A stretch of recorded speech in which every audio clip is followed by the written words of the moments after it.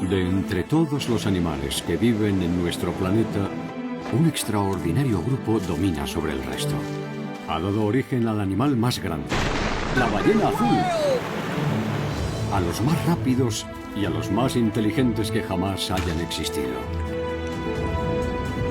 Es conocido como el grupo de los vertebrados, y todos ellos comparten una característica vital: la columna vertebral. Hoy vamos a hacer un viaje en el tiempo para explorar sus remotos orígenes. Investigaremos los avances cruciales que los condujeron a su sorprendente éxito. Esos avances también pueden desvelar cómo llegamos a adquirir los rasgos característicos de nuestro propio cuerpo de vertebrados. Mandíbulas para morder, pulmones para respirar y oídos para oír. Porque la historia del ascenso de los vertebrados es también la historia de cómo tú y yo nos convertimos en lo que somos. Buscaré evidencias en una serie de espectaculares yacimientos fósiles de todo el mundo y también en animales vivos. Muy bien. Con los últimos adelantos científicos devolveremos a la vida a nuestros antiguos ancestros. Y descubriremos cómo a lo largo de más de 500 millones de años desarrollaron las características físicas necesarias para dominar los mares, colonizar la Tierra y elevarse en los cielos. Esta es la historia del triunfo de los vertebrados.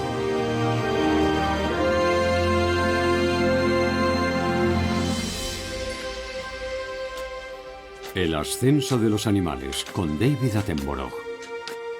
El triunfo de los vertebrados.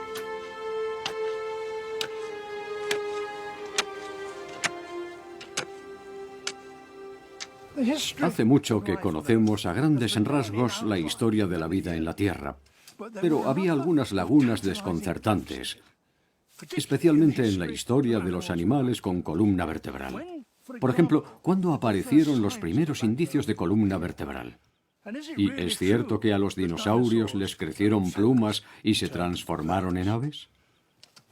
En las últimas décadas hemos encontrado respuestas a muchas de esas grandes preguntas aquí, en China, y he venido para conocerlas.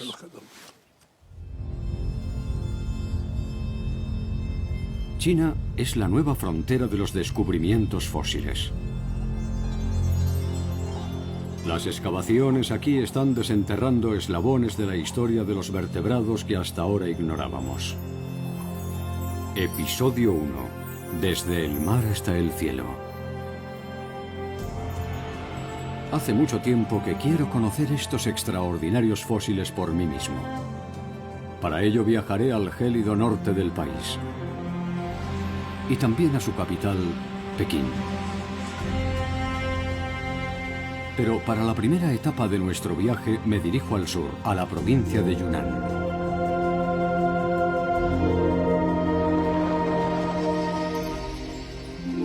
Este es el lugar donde se ha hecho un descubrimiento extraordinario que nos ha proporcionado nuevas pruebas de los primeros vertebrados.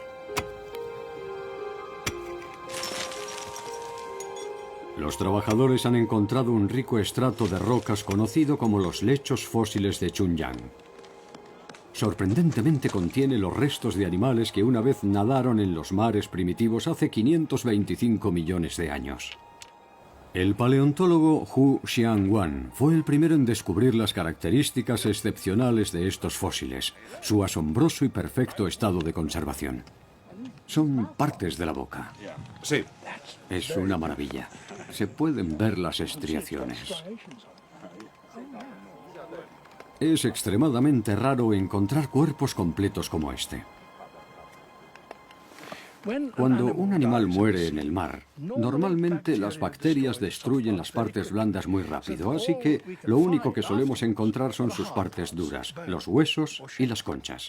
¿Por qué eso no sucedió en este punto preciso de este mar en particular? Es un absoluto misterio. Quizá tuviera algo que ver la falta de oxígeno. Pero fuera lo que fuese, gracias a eso, ahora tenemos una visión privilegiada sobre uno de los capítulos más apasionantes de la historia de la vida. En este yacimiento se han encontrado más de 200 especies diferentes. La mayoría pertenecen al conocido como período cámbrico. Entonces, la Tierra seguía siendo un desierto yermo, pero debajo del agua la vida proliferaba bajo multitud de formas.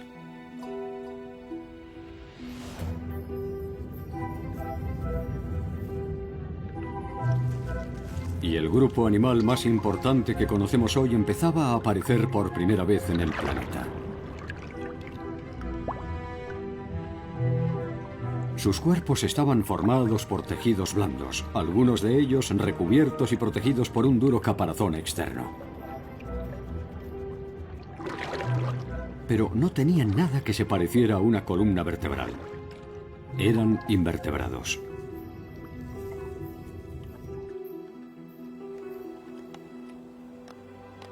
Pero el profesor Hu y su equipo encontraron aquí una intrigante excepción.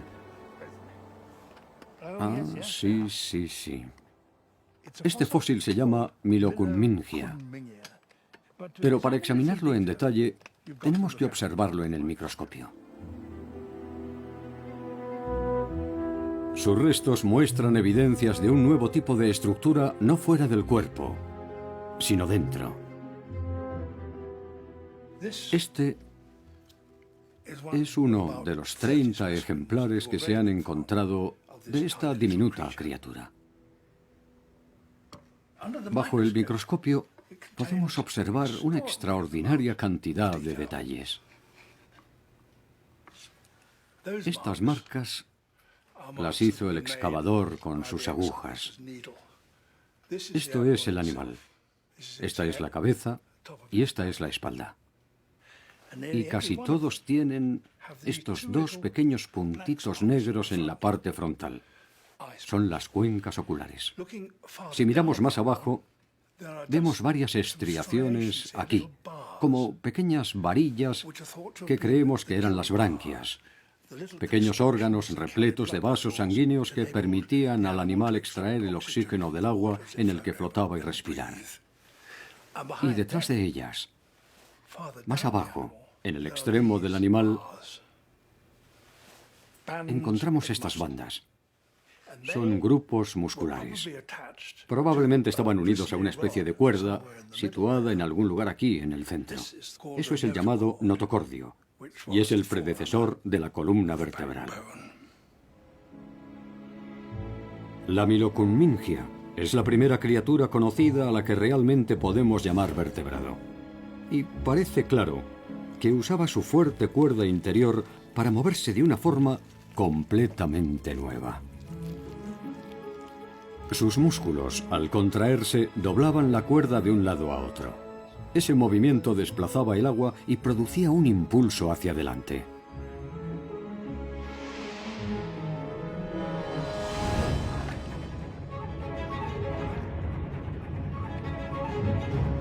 Era una nueva y revolucionaria forma de moverse, y permitía a la Milocunmingia desplazarse largas distancias y huir de los peligrosos depredadores invertebrados que acechaban en el mar.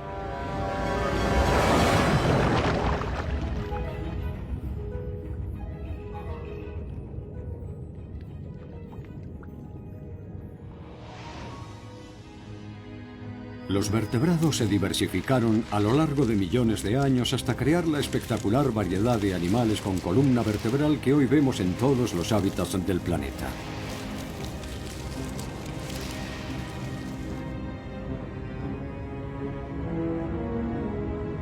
Los peces dominan los mares, los lagos y los ríos. Los anfibios viven tanto en el agua como en la tierra. Los reptiles pueden sobrevivir en los lugares más secos del planeta. Las aves reinan en los cielos. Y los mamíferos aislaron sus cuerpos para adaptarse a todos los climas. Nosotros, los humanos, hemos usado nuestra gran inteligencia para dominar todo el planeta. Este asombroso viaje fue posible gracias a una serie de cambios evolutivos clave que ayudaron a nuestros antepasados a beneficiarse de su entorno y a superar enormes desafíos. El primero de esos avances fue el desarrollo de esa estructura interna, el notocordio. De vuelta en Europa, encontramos a un animal que ejemplifica el siguiente y determinante paso en nuestra historia. Vive discretamente y casi siempre ignorado en los ríos británicos. Y nos proporciona algunas pistas sobre los desafíos a los que se enfrentaron los primeros invertebrados. Ah, aquí está.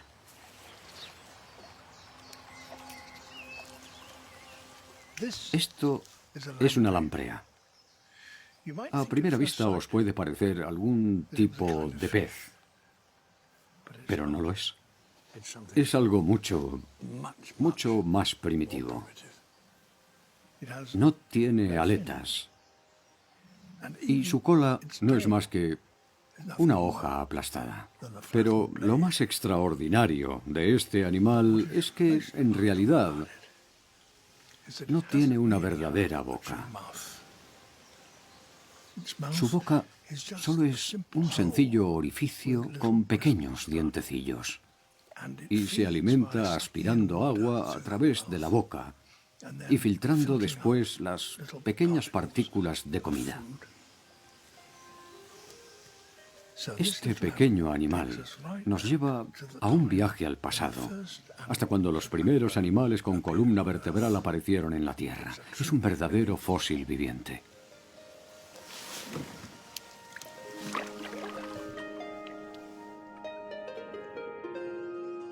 Todo sugiere que los primeros vertebrados tenían el mismo tipo de boca y también que prácticamente solo se alimentaban de un tipo de alimento muy básico.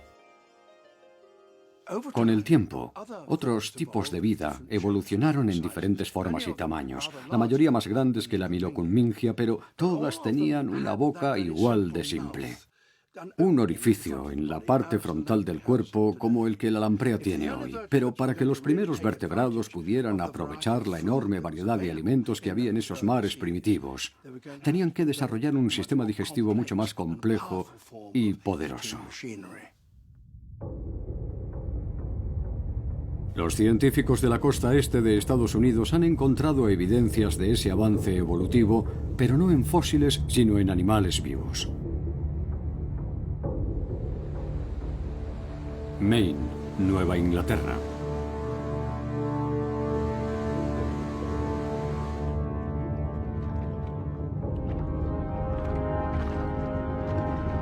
Los biólogos marinos de la Universidad de Nueva Inglaterra están estudiando un grupo de peces con un origen muy antiguo. Sus esqueletos están formados con el mismo material duro con el que se formaron los primeros notocordios de los vertebrados, con cartílago. Son los tiburones, las mantas y las rayas. Este grupo apareció entre los vertebrados hace unos 420 millones de años. Y eso significa que podemos utilizarlos para estudiar el desarrollo de una extraordinaria pieza de la ingeniería que cambió el curso de la historia evolutiva. La mandíbula.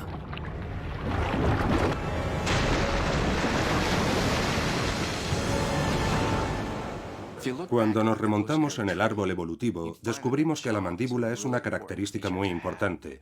Es uno de los rasgos claves para que las rayas y los tiburones se convirtieran en los superdepredadores de los hábitats en los que vivían. Una mandíbula capaz de cerrarse contra el cráneo les proporcionaba una nueva habilidad para agarrar la comida, despedazarla y triturarla en pequeños trozos digeribles. Pero ¿de dónde salió esa nueva y asombrosa herramienta? Los científicos han encontrado una respuesta estudiando el desarrollo de los embriones de vertebrados. Las rayas depositan sus huevos fertilizados en el fondo marino, en el interior de unas bolsas de un material similar al cuero llamadas bolsas de sirena. Los científicos abren esas bolsas y observan cómo se desarrollan los embriones mientras se alimentan de las nutritivas reservas del huevo. El embrión de raya tiene una estructura simple que comparte con todos los vertebrados y que fue la base de la primera mandíbula. Aquí vemos estos pliegues.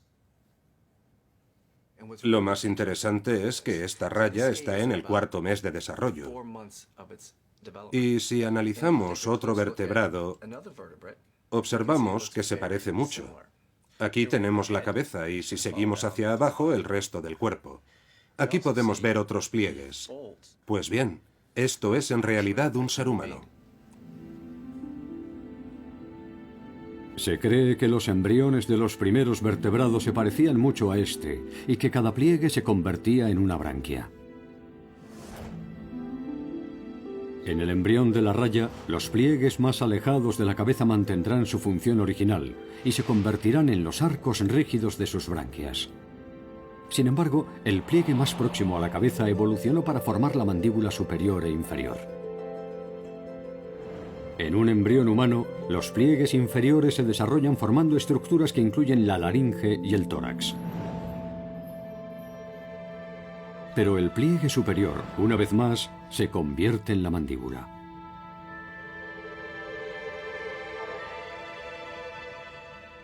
El desarrollo de la mandíbula mejoró la habilidad para capturar comida y aquellos que carecían de ella se extinguieron, salvo unas pocas excepciones, como la lamprea. Pero para capturar comida primero tienes que encontrarla, y eso condujo a un avance en la forma de nadar. En Pekín, la capital de China, me han concedido un permiso especial para ver un eslabón perdido descubierto recientemente. Este pequeño fósil contiene indicios que son solo fragmentos difíciles de identificar, pero es el ejemplo más antiguo encontrado de una criatura con 2 aletas. Se llama Parayunanolepis y tiene unos 410 millones de años. Su parte frontal, como la de muchos otros peces de la época, estaba recubierta de una coraza que lo protegía de los depredadores.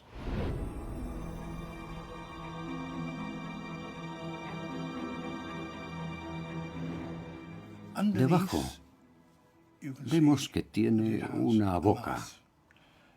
Y aunque le falta la mandíbula inferior por las marcas que vemos en la mandíbula superior, sabemos que estaba ahí. Pero lo más importante de este pez son sus aletas, aunque solo queden unos pequeños bultos.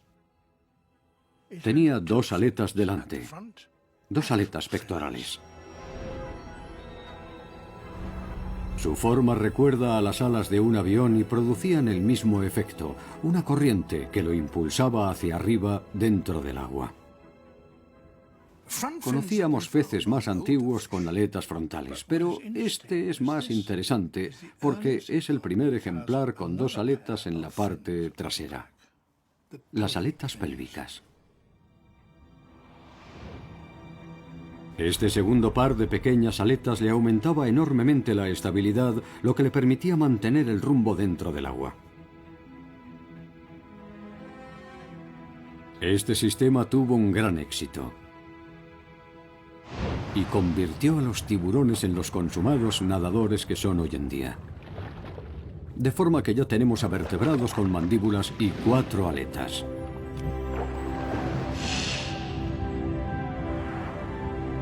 Después, un grupo de peces reforzó su esqueleto interno con huesos, lo que les permitió aumentar su velocidad y agilidad. Esos peces desarrollaron aletas en forma de abanico y adoptaron una infinidad de formas diferentes.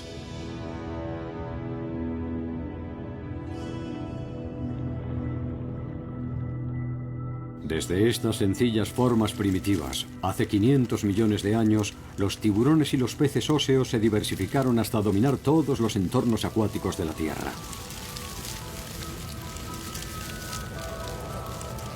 Hoy hay más de 35.000 especies vivas.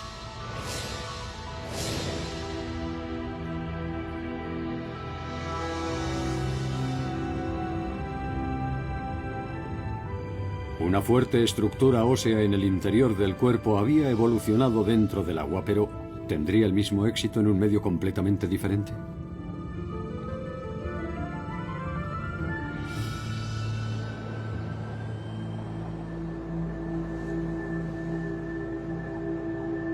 Durante la mayor parte de su historia hasta entonces, la tierra firme había sido un lugar desierto y yermo. Pero hace unos 450 millones de años la tierra empezó a ser colonizada. Primero por plantas, después por gusanos y finalmente por los antepasados de los insectos. El escenario estaba preparado para uno de los saltos evolutivos más extraordinarios de la historia. Los vertebrados salen a tierra firme. Pero para conseguir esa extraordinaria proeza tuvieron que hacer una modificación fundamental. Para moverse sobre la tierra sin la ayuda del agua, los peces tenían que encontrar la manera de mover sus cuerpos fuera del agua. Necesitaban extremidades.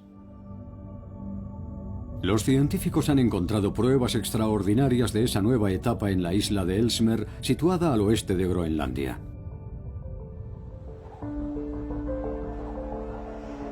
El mismo equipo de paleontólogos estadounidenses que grabó estas imágenes cree que estas rocas se depositaron en el entorno idóneo para que los vertebrados pudieran salir del agua.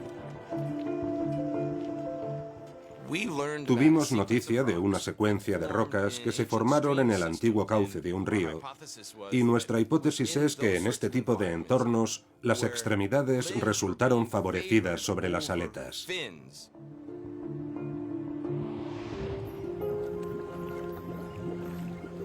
La llegada de plantas a la Tierra estimuló la aparición de vida en el interior y las cercanías de los pantanos de agua dulce, creando nuevas oportunidades para los peces que vivían allí. Uno de los nichos que se formaron entonces era perfecto para un depredador de agua dulce poco profunda. Un pez que se alimentara de otros peces de agua dulce, por ejemplo, en pantanos poco profundos, que eran los ecosistemas productivos que empezaban a aparecer en la Tierra en esa época. Ted Dessler y sus colegas pensaban que unas aletas con forma de extremidades podrían haber ayudado a los peces a cazar en este entorno. Hasta que, en unas rocas de 375 millones de años de antigüedad, hicieron un hallazgo sorprendente. El hallazgo de este fósil nos entusiasmó. Nunca imaginamos que encontraríamos uno tan bien conservado como este. Estos son 2/3 de la parte delantera del cuerpo, y como puede verse, casi todo el cráneo y una gran parte del cuerpo, incluidas las aletas. El equipo descubrió características que encajaban con el perfil de un depredador de aguas poco profundas. Ojos situados encima de una cabeza plana.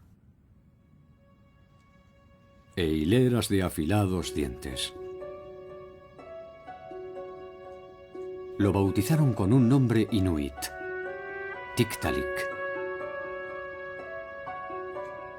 Gracias a este fósil podemos saber cómo el Tiktaalik se adaptó y se desplazaba en esos pantanos de aguas poco profundas.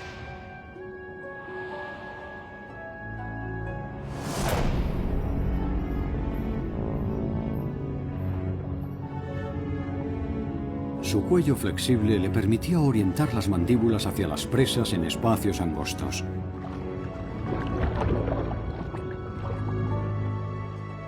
Pero sin duda fueron las aletas el hallazgo más emocionante para el equipo de científicos. Debajo de su espinosa coraza había unos bultos con forma de lóbulo. Esos huesos revelaban un patrón muy similar a la estructura básica de las extremidades. Este es el esqueleto completo de la aleta delantera, así que era un pez con aletas lobulares. Esta es mi aleta frontal, que ahora llamamos extremidad, pero que en el Tiktaalik es una aleta frontal. Aquí está la articulación del hombro, y es muy importante que este animal tenga esa articulación orientada ligeramente de lado y hacia abajo. Es muy distinta a las aletas de los animales que solo las usan para nadar. Esta aleta parecía estar en la parte inferior del cuerpo. Y esto es el húmero. Todos tenemos un húmero. Es el primer hueso del apéndice frontal. Y después está el cúbito y el radio. Tú y yo y todos los animales con extremidades tenemos cúbito y radio. Y aquí están los huesos de la muñeca. Podríamos decir que son como los huesos de nuestra muñeca. Podían doblarse de forma que esta aleta podía entrar en contacto y apoyarse en una superficie. De forma que todas estas características unidas forman una estructura muy similar a la de nuestras extremidades. Este era un pez que usaba sus aletas como si fueran extremidades. Las pesadas aletas del Tiktaalik le servían para nadar. Pero cuando tocaba el fondo del pantano, sus huesos y articulaciones lo ayudaban a impulsarse con fuerza. Pero esta nueva extremidad no solo le ayudaba a moverse dentro del agua.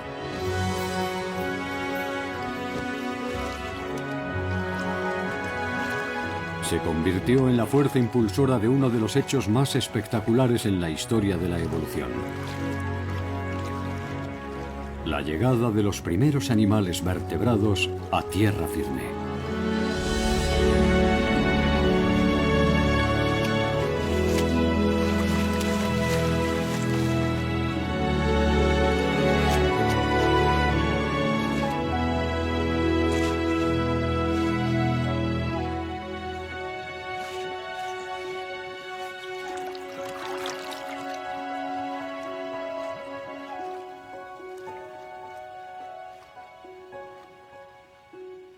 Con el tiempo, algunos animales evolucionaron para pasar la mayor parte de su tiempo fuera del agua. Formaron un nuevo grupo que llamamos anfibios. Pero para sobrevivir fuera del agua tuvieron que hacer frente a un nuevo desafío. Tenían que ser capaces de extraer el oxígeno que necesitaban no del agua, como sus antepasados los peces, sino del aire. Los peces usan las branquias para absorber el oxígeno que necesita su cuerpo. Fuera del agua, las branquias se secan y dejan de funcionar.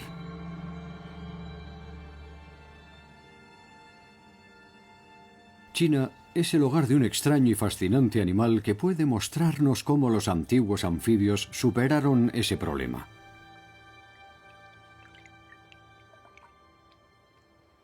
Hoy, el mayor anfibio vivo es este animal, la salamandra china gigante.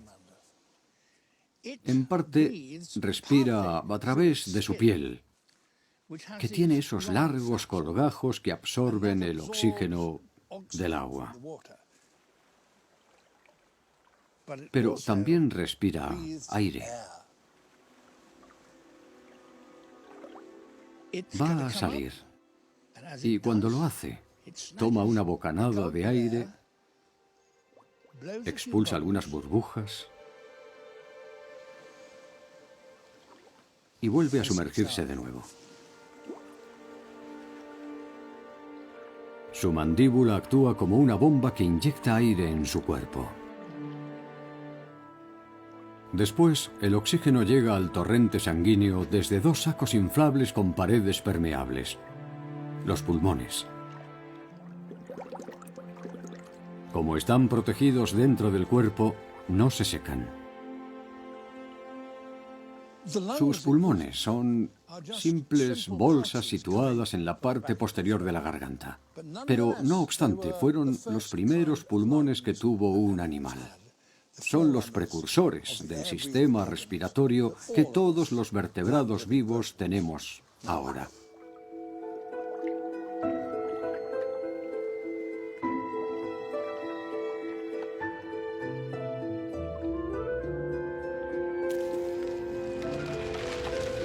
Desde sus orígenes, hace unos 365 millones de años, los anfibios han adoptado todo tipo de formas.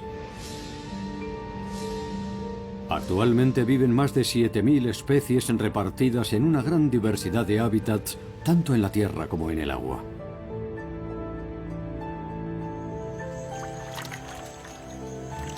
Entre ellos se incluyen las salamandras,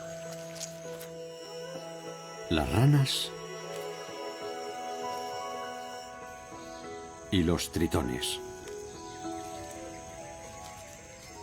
Pero hay dos razones por las que los anfibios siguen atados al agua. La primera es que su piel es húmeda y si se seca, mueren.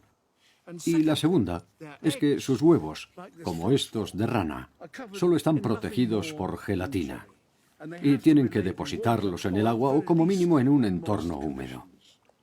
Y hasta que los vertebrados no solucionaron esos dos problemas, no pudieron colonizar las zonas secas de la Tierra.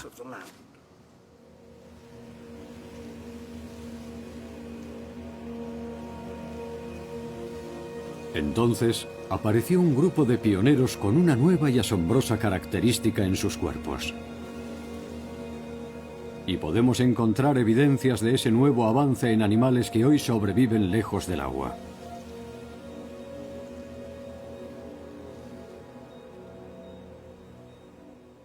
Este pequeño animal es un lagarto. En esta región lo llaman dragón de los árboles. Y su cuerpo tiene una forma muy parecida a la de un anfibio. Un cuerpo alargado, con columna vertebral y dos pares de extremidades. Pero hay una diferencia esencial entre este animal y un anfibio. Su piel no está húmeda, sino seca. Podemos observar esa diferencia poniendo los dos tipos de piel bajo el microscopio. La piel de un anfibio es lisa, con células vivas visibles en la superficie. La piel de un lagarto es mucho más áspera porque contiene grandes cantidades de queratina, una proteína similar a la que forma nuestras propias uñas. Las células rellenas de queratina se secan y crean capas en forma de escamas.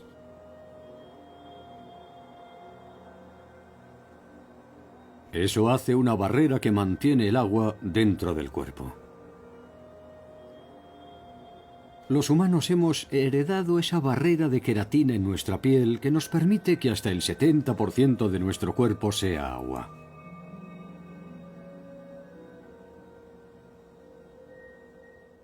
Los animales con estas características corporales tuvieron un gran éxito y evolucionaron dando lugar a un gran número de especies, tanto grandes como pequeñas. Son los reptiles.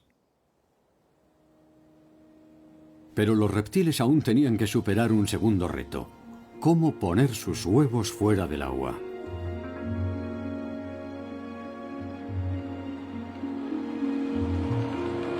He viajado hasta Lufeng, en el sur de China, para ver unos fósiles encontrados por los científicos locales que muestran la ingeniosa solución que encontraron. Muchas gracias.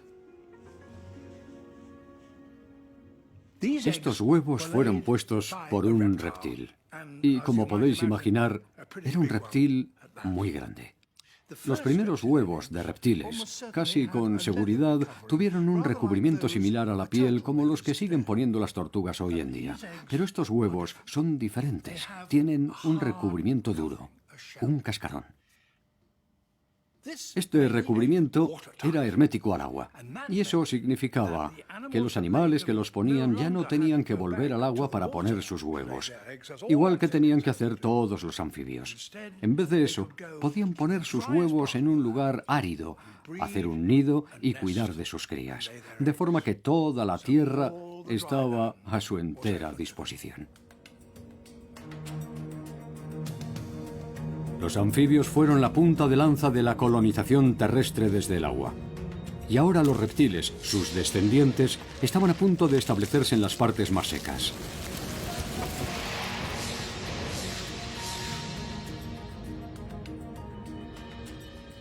Más de 9.500 especies viven hoy en nuestro planeta.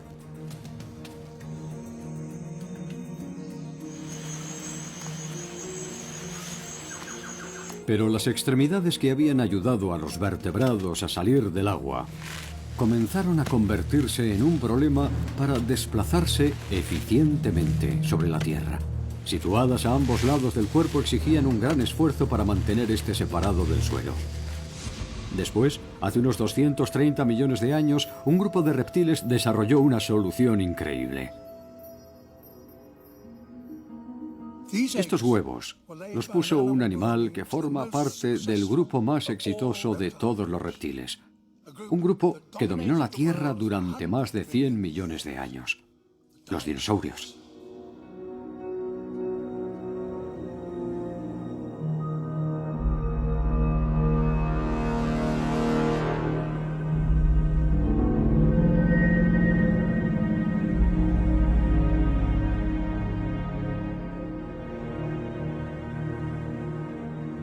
Solo en los yacimientos de China se han descubierto más de 150 especies diferentes de dinosaurios y más de 1000 en todo el mundo.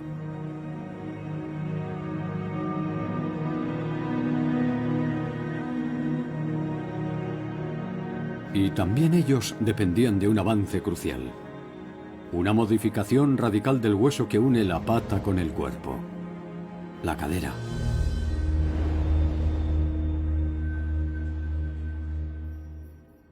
Este es el Lufengosaurus, un herbívoro. Los primeros reptiles tenían patas que sobresalían a ambos lados del cuerpo, lo que hacía que éste estuviera demasiado pegado al suelo. Pero un cambio en la forma de las caderas de los dinosaurios hizo que las patas traseras se desplazaran debajo del cuerpo, elevándolo de forma que tenían una mayor libertad de movimientos. Y algunos de ellos, entre los que se contaba el Lufengosaurus, eran capaces de soportar todo el peso del cuerpo sobre sus patas traseras.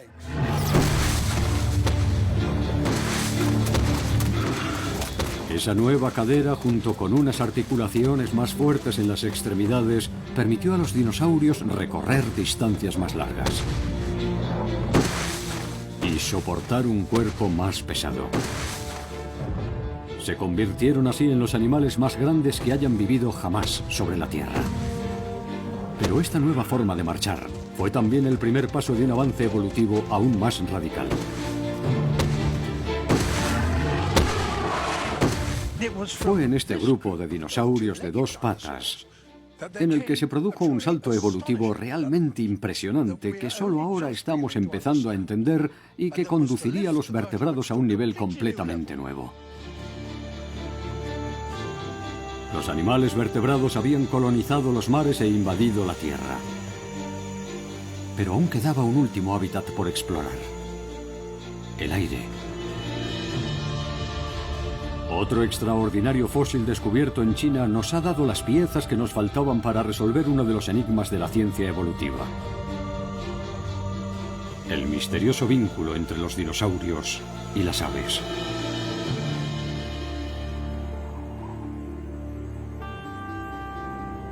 Me dirijo a la provincia de Liaoning para hacer realidad mi sueño de conocer personalmente el yacimiento de esos descubrimientos.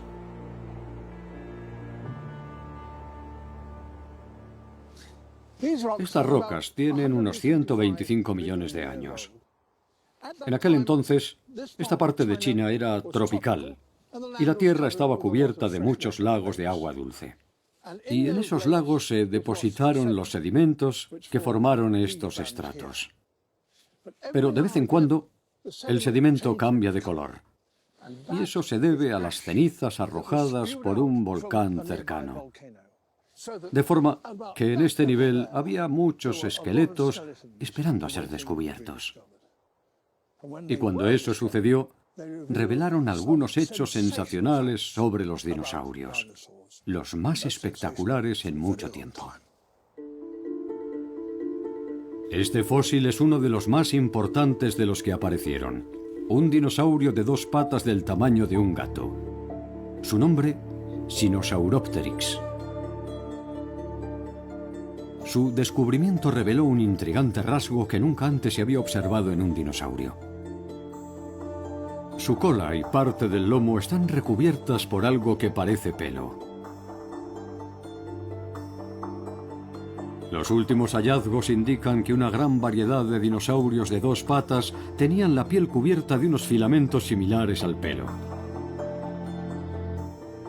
¿Pero para qué servían? En Pekín se encuentran los ejemplares clave que ayudaron a responder a esas preguntas. Esta es una de las instituciones más importantes del mundo en el estudio de la evolución de los dinosaurios. El profesor Xu Xin y sus colegas han analizado un ejemplar más grande de Sinosauropteryx.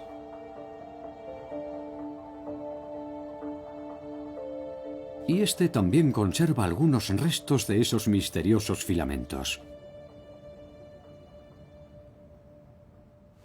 Si observas el extremo de la cola, esas partes más oscuras que hay al final de la cola, verás que son filamentos individuales, igual que nuestro cabello. Son muy simples. Xu Xin ha investigado su posible función. Juntos, estos filamentos creaban una cubierta similar al pelo, de forma que la respuesta más lógica en cuanto a su posible función es que servía para conservar el calor. Pero un examen más detallado sugiere la posibilidad de que tuviese una función muy diferente. Los expertos del instituto han extraído pequeñas muestras y las han examinado bajo un potente microscopio. Y contienen unas misteriosas estructuras. Algunas con forma de rombo y otras de forma esférica. Los investigadores las han identificado como melanosomas, cápsulas microscópicas que contienen pigmentos. Ellas serían las responsables de darle color a los filamentos de la cola del Sinosauropteryx. Según nuestros análisis, hemos encontrado una alternancia de bandas. Blanca, marrón, blanca, marrón. ¿De veras? Sí, definitivamente es un patrón muy bonito. Por supuesto, no podemos saber si lo usaban para exhibirse o comunicarse. ¿Sabemos cómo movía la cola? Sí, podía mover la cola en diferentes direcciones. En la mayoría de los casos creemos que la llevaba erguida o en horizontal. Igual que un lémur de cola anillada que alza su cola para exhibirla. Es posible que los dinosaurios usaran estas bandas de colores para distinguirse de otros miembros de la especie o para camuflarse. Pero otro hallazgo sugiere que pudo haber tenido una función mucho más importante. Se me ha concedido el privilegio de poder acceder a las cámaras subterráneas del Museo de Historia Natural de Pekín y ver uno de los animales más importantes de los descubiertos en los yacimientos fósiles de Liaoning.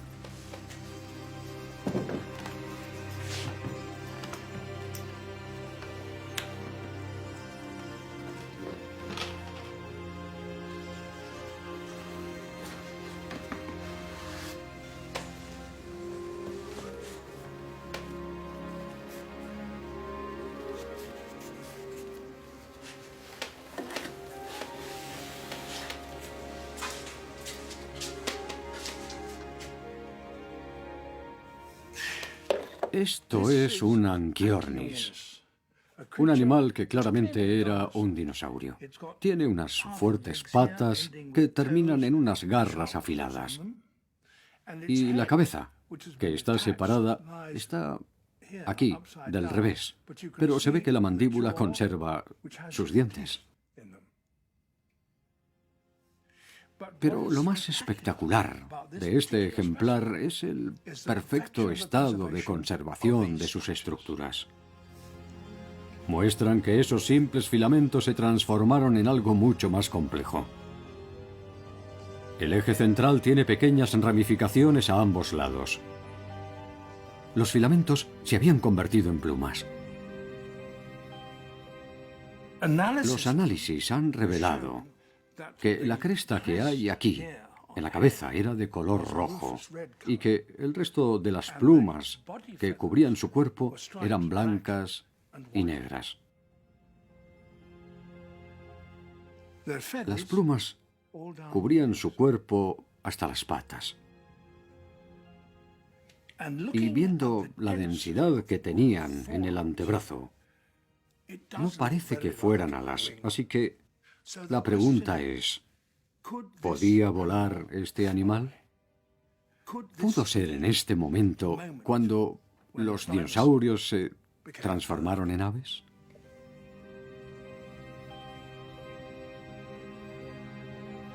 Una pista para responder a esa pregunta podemos encontrarla en el entorno en el que vivía. Entonces, esta zona del norte de China estaba cubierta por frondosos bosques. Los animales capaces de subir a los árboles podían alcanzar alimentos que no existían en el suelo. Y también podían ponerse a salvo de los depredadores terrestres. Sushin y sus colegas ven indicios de que el Anchiornis se adaptó a la vida en los árboles dándole a sus plumas un nuevo uso.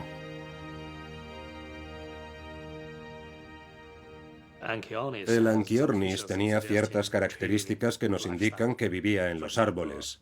Por ejemplo, si observas sus patas, tenía unas garras muy curvadas y también tenía grandes plumas en sus patas. Si el Anchiornis era un animal que vivía en los árboles, entonces tenemos una buena razón para pensar que empezaron a volar bajando de los árboles. Eso implicaría que el antepasado de las aves se aprovechó de la gravedad y después empezó su viaje hasta el cielo. Dado que los Anchiornis vivían en las alturas, pudieron usar sus plumas para planear.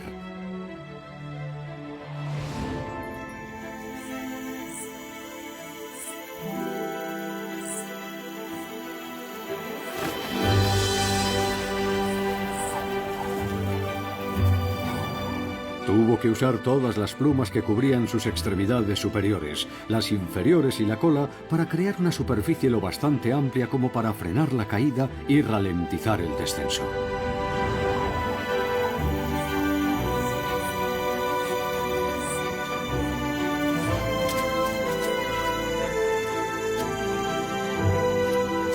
No podría alzar el vuelo. Pero este animal de hace 160 millones de años es el primero que conocemos que usaba sus plumas para volar.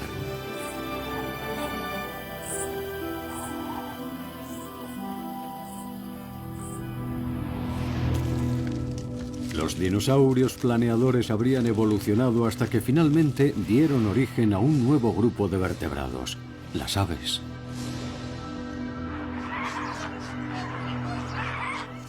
Hoy más de 9.000 especies surcan nuestros cielos. Un impresionante proceso evolutivo que permitió a los vertebrados dominar todos los rincones del planeta. Fue un viaje que comenzó en los mares del período cámbrico hace más de 500 millones de años. Y que marcó el inicio del desarrollo de un conjunto de partes del cuerpo que nosotros mismos terminaríamos heredando. La mandíbula y el esqueleto óseo de los primeros peces. Las extremidades y los pulmones de los anfibios. La piel hermética de los reptiles. En el momento en el que las aves aparecieron en el planeta, los primeros pioneros de otro gran grupo de vertebrados también habían evolucionado. Al principio eran diminutos, pero con el tiempo estaban destinados a dominar la Tierra. Eran los mamíferos. Me atrevería a decir que eran poco más que un aperitivo para los dinosaurios, pero todo eso estaba a punto de cambiar.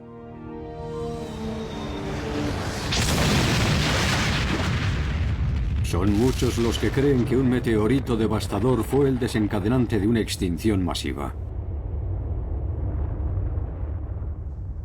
No sabemos exactamente cómo ocurrió, pero sin duda, hace unos 65 millones de años, todos los dinosaurios desaparecieron.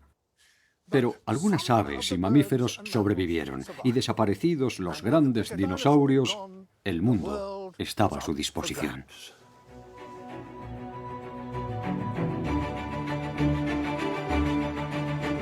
En el próximo episodio investigaremos el extraordinario ascenso de los mamíferos.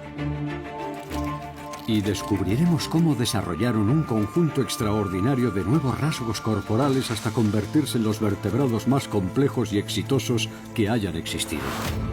Sentidos potentes. Una nueva y radical forma de tener a sus crías. Y cuerpos monstruosos. También veremos cómo, finalmente, Los humanos nos incorporamos al árbol de la vida con cerebros enormemente avanzados que nos permitirían competir con todas las demás especies del planeta.